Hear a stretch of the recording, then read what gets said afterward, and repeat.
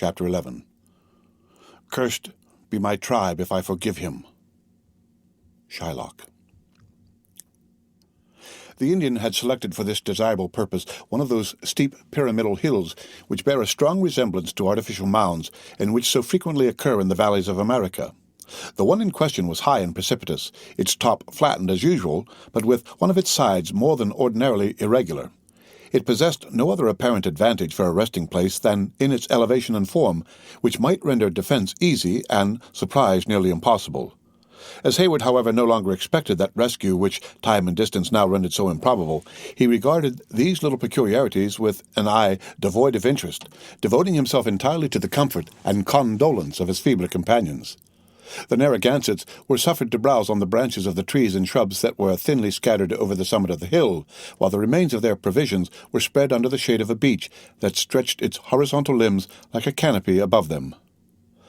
Notwithstanding the swiftness of their flight, one of the Indians had found an opportunity to strike a straggling fawn with an arrow, and had borne the more preferable fragments of the victim patiently on his shoulders to the stooping place. Without any aid from the science of cookery, he was immediately employed, in common with his fellows, in gorging himself with this digestible sustenance. Magua alone sat apart, without participating in the revolting meal, and apparently buried in the deepest thought. This abstinence, so remarkable in an Indian when he possessed the means of satisfying hunger, at length attracted the notice of Hayward. The young man willingly believed that the Huron deliberated on the most eligible manner of eluding the vigilance of his associates. With a view to assist his plans by any suggestion of his own and to strengthen the temptation, he left the beach and straggled, as if without an object, to the spot where Le Renard was seated. "Has not Magua kept the sun in his face long enough to escape all danger from the Canadians?" he asked, as though no longer doubtful of the good intelligence established between them. "And will not the chief of William Henry be better pleased to see his daughters before another night may have hardened his heart to their loss to make him less liberal in his reward?" "Do the pale faces love their children less in the morning than at night?" asked the Indian coldly. "By no means," returned Hayward, anxious to recall his error, if he had made one. "The white man may, and does often, forget the burial place of his fathers. He sometimes ceases to remember those he should love and has promised to cherish. But the affection of a parent for his child is never permitted to die. And is the heart of the white-headed chief soft, and will he think of the babes that his squaws have given him? He is hard on his warriors, and his eyes are made of stone? He is severe to the idle and wicked, but to the sober and deserving he is a leader, both just and humane. I have known many fond and tender parents, but never have I seen a man whose heart was softer towards his child. You have seen the grey head in front of his warriors, Magua, but I have seen his eyes swimming in water when he spoke of those children who are now in your power." Hayward paused, for he knew not how to construe the remarkable expression that gleamed across the swarthy features of the attentive Indian. At first it seemed as if the remembrance of the promised reward grew vivid in his mind while he listened to the sources of parental feeling which were to assure its possession. But as Duncan proceeded, the expression of joy became so fiercely malignant that it was impossible not to apprehend it proceeded from some passion more sinister than avarice. "Go," said the Huron, suppressing the alarming exhibition in an instant in a death-like calmness of countenance. "Go to the dark-haired daughter and say, Magua waits to speak. The father will remember what the child promises." Duncan, who interpreted this speech to express a wish for some additional pledge that the promised gifts should not be withheld, slowly and reluctantly repaired to the place where the sisters were now resting from their fatigue, to communicate its purport to Cora.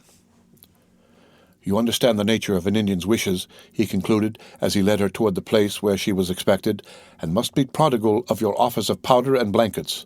Ardent spirits are, however, the most prized by such as he, nor would it be amiss to add some boon from your own hand, with that grace you so well know how to practice. Remember, Cora, that on your presence of mind and ingenuity, even your life as well as that of Alice may in some measure depend." "Hayward, and yours?" "Mine is of little moment. It is already sold to my king, and is a prize to be seized by any enemy who may possess the power. I have no father to expect me, and but few friends to lament a fate which I have courted with the insatiable longings of youth after distinction. But hush, we approach the Indian. Magua, the lady with whom you wish to speak is here." The Indian rose slowly from his seat, and stood for near a minute silent and motionless.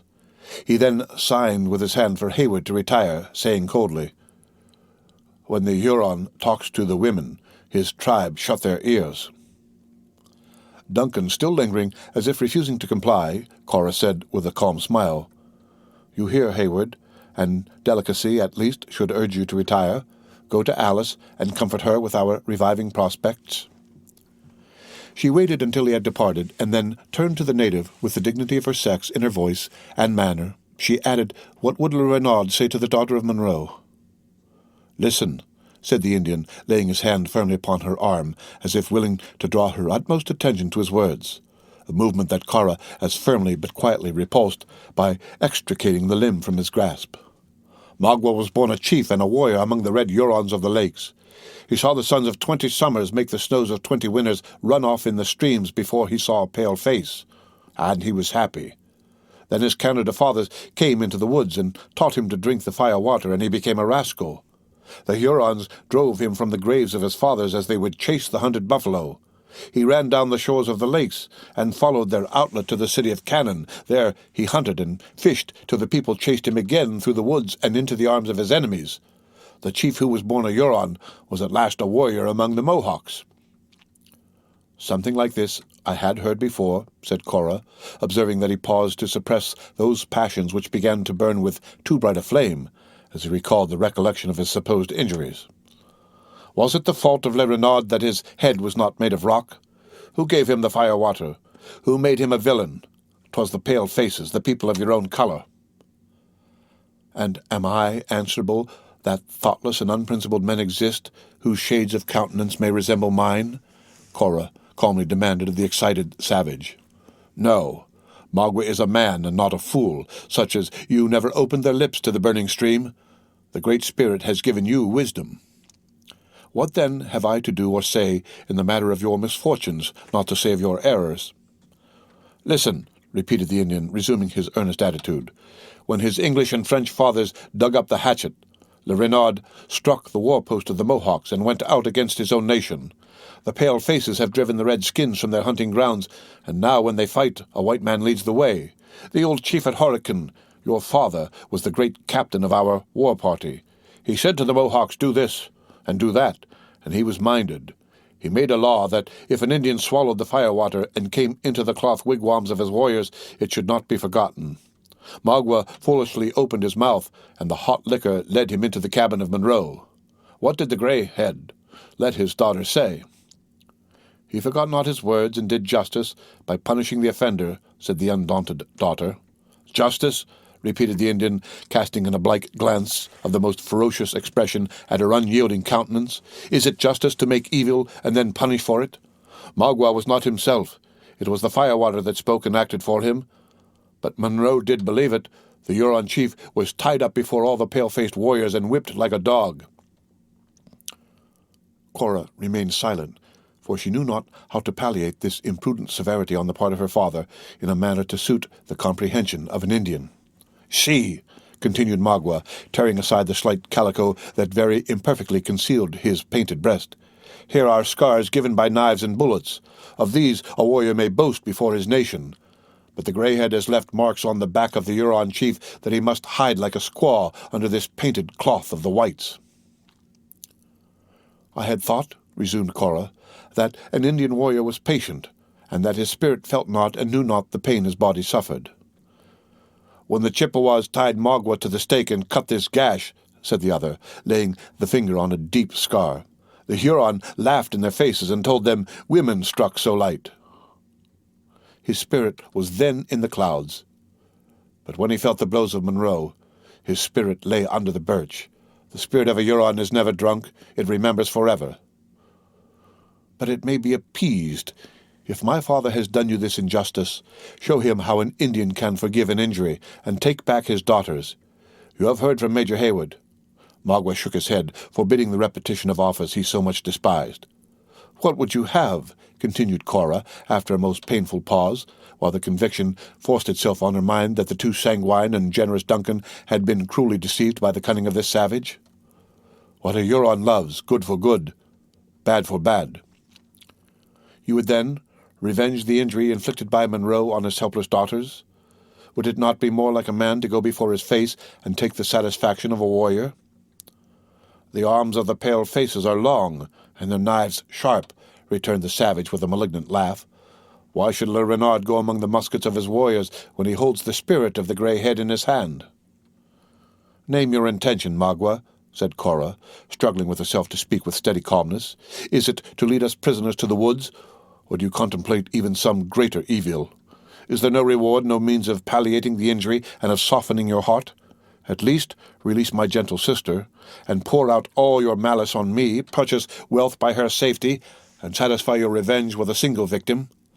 The loss of both his daughters might bring the aged man to his grave, and where would then be the satisfaction of Le Renard? Listen, said the Indian again. The light eyes can go back to the Hurricane and tell the old chief what has been done if the dark-haired woman will spare by the great spirit of her fathers to tell no lie. What must I promise? Demanded Cora, still maintaining a secret ascendancy over the fierce native by the collected and feminine dignity of her presence. When Magua left his people, his wife was given to another chief. He has now made many friends with the Hurons, and will go back to the graves of his tribe on the shore of the Great Lake. Let the daughter of the English chief follow, and live in his wigwam forever. However revolting a proposal of such a character might prove to Cora, she retained, notwithstanding her powerful disgust, sufficient self-command to reply without betraying the weakness. And what pleasure would Magua find in sharing his cabin with a wife he did not love, one who would be of a nation and colour different from his own? It would be better to take the gold of Monroe and buy the heart of some Huron maid with his gifts. The Indian made no reply for near a minute, but bent his fierce looks on the countenance of Cora in such wavering glances that her eyes sank with shame under an impression that, for the first time, they had encountered an expression that no chaste female might endure. While she was shrinking within herself in dread of having her ears wounded by some proposal still more shocking than the last, the voice of Magua answered in its tones of deepest malignancy. When the blows scorched the back of the Huron, he would know where to find a woman to feel the smart. The daughter of Monroe would draw his water, hoe his corn, and cook his venison. The body of the greyhead would sleep among his cannon, but his heart would lie within reach of the knife of Les Subtils. Monster! Well dost thou deserve thy treacherous name, cried Cora in an ungovernable burst of filial indignation. None but a fiend could meditate such a vengeance. But thou overratest thy power. You shall find it is, in truth, the heart of Monroe you hold, and that it will defy your utmost malice. The Indian answered this bold defiance by a ghastly smile that showed an unaltered purpose, while he motioned her away as if to close the conference forever. Cora, already regretting her precipitation, was obliged to comply, for Magua instantly left the spot and approached his gluttonous comrades. Hayward flew to the side of the agitated female and demanded the result of a dialogue that he had watched at a distance with so much interest, but unwilling to alarm the fears of Alice, she evaded a direct reply, betraying only by her anxious looks fastened on the slightest movements of her captors. To the reiterated and earnest questions of her sister concerning their probable destination, she made no other answer than by pointing toward the dark group with an agitation she could not control, and murmuring as she folded Alice to her bosom, There, read our fortunes in their faces. We shall see, we shall see." The action and the choked utterance of Cora spoke more impressively than any words, and quickly drew the attention of her companions on that spot where her own was riveted with an intenseness that nothing but the importance of the stake could create. When Magua reached the cluster of lolling savages, who, gorged with their disgusting meat, lay stretched on the earth in brutal indulgence, he commenced speaking with the dignity of an Indian chief. The first syllables he uttered had the effect to cause his listeners to raise themselves in attitudes of respectful attention. As the Huron used his native language, the prisoners, notwithstanding the caution of the natives, had kept them within the swing of their tomahawks, could only conjecture the substance of his harangue from the nature of those significant gestures with which an Indian always illustrates his eloquence. At first, the language, as well as the action of Magua, appeared calm and deliberative. When he had succeeded in sufficiently awakening the attention of his comrades, Hayward fancied by his pointing so frequently toward the direction of the Great Lakes that he spoke of the land of their fathers and of their distant tribe. Frequent indications of applause escaped the listeners, who, as they uttered the expressive "huh," looked at each other in commendation of the speaker. Le Renard was too skilful to neglect his advantage. He now spoke of the long and painful route by which they had left those spacious grounds and happy villages to come in battle against the enemies of their Canadian fathers. He enumerated the warriors of the party, their several merits, their frequent services to the nation, their wounds, and the number of the scalps they had taken. Whenever he alluded to any present, and the subtle Indian neglected none, the dark countenance of the flattened individual gleamed with exultation, nor did he even hesitate to assert the truth of the words by gestures of applause and confirmation. Then the voice of the speaker fell, and lost the loud animated tones of triumph with which he had enumerated their deeds of success and victory. He described the cataract of Glens, the impregnable position of its rocky island with its caverns and its numerous rapids and whirlpools. He named the name of Le Long Carabine, and paused until the forest beneath them had sent up the last echo of a loud and long yell with which the hated appellation was received. He pointed toward the youthful military captive, and described the death of a favorite warrior who had been precipitated into the deep ravine by his hand. He not only mentioned the fate of him who, hanging between heaven and earth, had presented such a spectacle of horror to the whole band, but he acted anew the terrors of his situation, his resolution, and his death on the branches of a sapling, and finally he rapidly recounted the manner in which each of their friends had fallen, never failing to touch upon their courage and their most acknowledged virtues. When this recital of events was ended, his voice once more changed and became plaintive and even musical. In its low, guttural sounds, he now spoke of the wives and children of the slain, their destitution, their misery, both physical and moral, their distance, and at last of their unavenged wrongs. Then, suddenly lifting his voice to a pitch of terrific energy, he concluded by demanding, "Are the Hurons dogs to bear this? Who shall say to the wife of Magua that the fishes have his scalp, and that his nation have not taken revenge? Who will dare meet the mother of Wasawadami, that scornful woman, with his hands clean? What shall be said to the old men when they ask us for scalps, and we have not a hair from a white head to give them? The women will point their fingers at us. There is a dark spot on the names of the Hurons, and it must be hid in blood." His voice was no longer audible in the burst of rage which now broke into the air, as if the wood, instead of containing so small a band, was filled with the nation. During the foregoing address, the progress of the speaker was too plainly read by those most interested in his success through the medium of the countenances of the men he addressed. They had answered his melancholy and mourning by sympathy and sorrow, his assertions by gestures of confirmation, and his boasting with the exultation of savages. When he spoke of courage, their looks were firm and responsive. When he alluded to their injuries, their eyes kindled with fury. When he mentioned the taunts of the women, they dropped their heads in shame. But when he pointed out their means of vengeance, he struck a chord which never failed to thrill in the breast of an Indian. With the first intimation that it was within their reach, the whole band sprang upon their feet as one man, giving utterance to their rage in the most frantic cries. They rushed upon their prisoners in a body with drawn knives and uplifted tomahawks.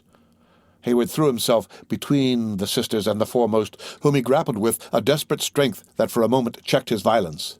This unexpected resistance gave Magua time to interpose, and with rapid enunciation and animated gesture, he drew the attention of the band again to himself. In that language he knew so well how to assume, he diverted his comrades from their instant purpose, and invited them to prolong the misery of their victims. His proposal was received with acclamations, and executed with the swiftness of thought. Two powerful warriors cast themselves on Hayward, while another was occupied in securing the less active singing master. Neither of the captives, however, submitted without a desperate though fruitless struggle. Even David hurled his assailant to the earth, nor was Hayward secured until the victory over his companion enabled the Indians to direct their united force to that object. He was then bound and fastened to the body of the sapling, on whose branches Magua had acted the pantomime of the falling Huron. When the young soldier regained his recollection, he had the painful certainty before his eyes that a common fate was intended for the whole party. On his right was Cora, in endurance similar to his own, pale and agitated, but with an eye whose steady look still read the proceedings of their enemies. On his left, the withers which bound her to a pine performed that office for Alice which her trembling limbs refused, and alone kept her fragile form from sinking. Her hands were clasped before her in prayer, but instead of looking upward toward that power which alone could rescue them, Her unconscious looks wandered to the countenance of Duncan with infantile dependency. David had contended, and the novelty of the circumstance held him silent, in deliberation on the propriety of the unusual occurrence. The vengeance of the Hurons had now taken a new direction, and they prepared to execute it with that barbarous ingenuity with which they were familiarized by the practice of centuries. Some sought not to raise the blazing pile. One was riving the splinters of pine in order to pierce the flesh of their captives with the burning fragments, and others bent the tops of 2 saplings to the earth in order to suspend Hayward by the arms between the recoiling branches. But the vengeance of Magua sought a deeper and more malignant enjoyment. While the less refined monsters of the band prepared before the eyes of those who were to suffer these well-known and vulgar means of torture, he approached Cora and pointed out with the most malign expression of countenance the speedy fate that awaited her. "Ha!" he added. "What says the daughter of Monroe? Her head is too good to find a pillow in the wigwam of Le Renaud. Will she like it better when it rolls about this hill, a plaything for the wolves? Her bosom cannot nurse the children of a Huron. She will see it spit upon by Indians." "What means the monster?" demanded the astonished Hayward. "Nothing," was the firm reply. "He is a savage, a barbarous and ignorant savage, and knows not what he does. Let us find leisure with our dying breath to ask for him penitence and pardon." "Pardon?" echoed the fierce Huron, mistaking in his anger the meaning of her words. "The memory of an Indian is no longer than the arm of the pale faces, his mercy shorter than their justice. Say, shall I send the yellow hair to her father, and will you follow Magua to the Great Lakes to carry his water and feed him with corn?" Cora beckoned him away with an emotion of disgust she could not control. "Leave me," she said with a solemnity that for a moment checked the barbarity of the Indian. "You mingle bitterness in my prayers. You stand between me and my God." The slight impression produced on the savage was, however, soon forgotten, and he continued pointing with taunting irony toward Alice. "Look, the child weeps. She is too young to die. Send her to Monroe to comb his grey hairs and keep life in the heart of the old man." Cora could not resist the desire to look upon her youthful sister, in whose eyes she met an imploring glance that betrayed the longings of nature. "What says he, dearest Cora?" asked the trembling voice of Alice. "Did he speak of sending me to our father?" For many moments the elder sister looked upon the younger, with a countenance that wavered with powerful and contending emotions. At length she spoke, though her tones had lost their rich and calm fullness in an expression of tenderness that seemed maternal. "Alice," she said, "the Huron offers us both life. Nay, more than both. He offers to restore Duncan, our invaluable Duncan, as well as you, to our friends, to our father, to our heart-stricken, childless father, if I will bow down this rebellious, stubborn pride of mine and consent." Her voice became choked, and, clasping her hands, she looked upward as if seeking in her agony intelligence from a wisdom that was infinite. "Say on," cried Alice. "To what, dearest Cora?" "Oh, that the proffer were made to me, to save you, to cheer our aged father, to restore Duncan, how cheerfully could I die?" "Die?" repeated Cora, with a calmer and firmer voice. "That were easy. Perhaps the alternative may not be less so. He would have me," she continued, her accents sinking under a deep consciousness of the degradation of the proposal, "follow him to the wilderness, go to the habitations of the Hurons, to remain there, in short, to become his wife. Speak then, Alice, child of my affection, sister of my love, and you too, Major Hayward, aid my weak reason with your counsel. Is life to be purchased by such a sacrifice? Will you, Alice, receive it at my hands at such a price? And you, Duncan, guide me, control me between you, for I am wholly yours." "Would I?" echoed the indignant and astonished youth. "Cora, Cora, you jest with our misery. Name not the horrid alternative again. The thought itself is worse than 1,000 deaths." "That such would be your answer I well knew," exclaimed Cora, her cheeks flushing and her dark eyes once more sparkling with the lingering emotions of a woman. "What says my Alice? For her will I submit without another murmur." Although both Hayward and Cora listened with painful suspense and the deepest attention, no sounds were heard in reply. It seemed as if the delicate and sensitive form of Alice would shrink into itself as she listened to this proposal. Her arms had fallen lengthwise before her, the fingers moving in slight convulsions. Her head dropped upon her bosom, and her whole person seemed suspended against the tree, looking like some beautiful emblem of the wounded delicacy of her sex, devoid of animation, and yet keenly conscious. In a few moments, however, her head began to move slowly in a sign of deep, unconquerable disapprobation. "No, no, no! Better that we die as we have lived together." "Then die!" shouted Magua, hurling his tomahawk with violence at the unresisting speaker, and gnashing his teeth with a rage that could no longer be bridled at this sudden exhibition of firmness in the one he believed the weakness of the party.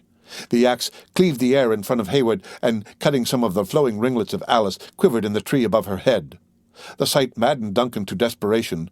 Collecting all his energies in one effort, he snapped the twigs which bound him, and rushed upon another savage who was preparing with loud yells and a more deliberate aim to repeat the blow. They encountered, grappled, and fell to the earth together.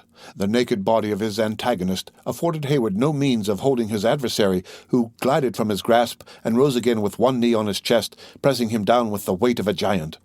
Duncan already saw the knife gleaming in the air when a whistling sound swept past him and was rather accompanied than followed by the sharp crack of a rifle.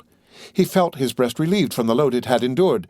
He saw the savage expression of his adversary's countenance change to a look of vacant wildness when the Indian fell dead on the faded leaves by his side. The end of Chapter 11.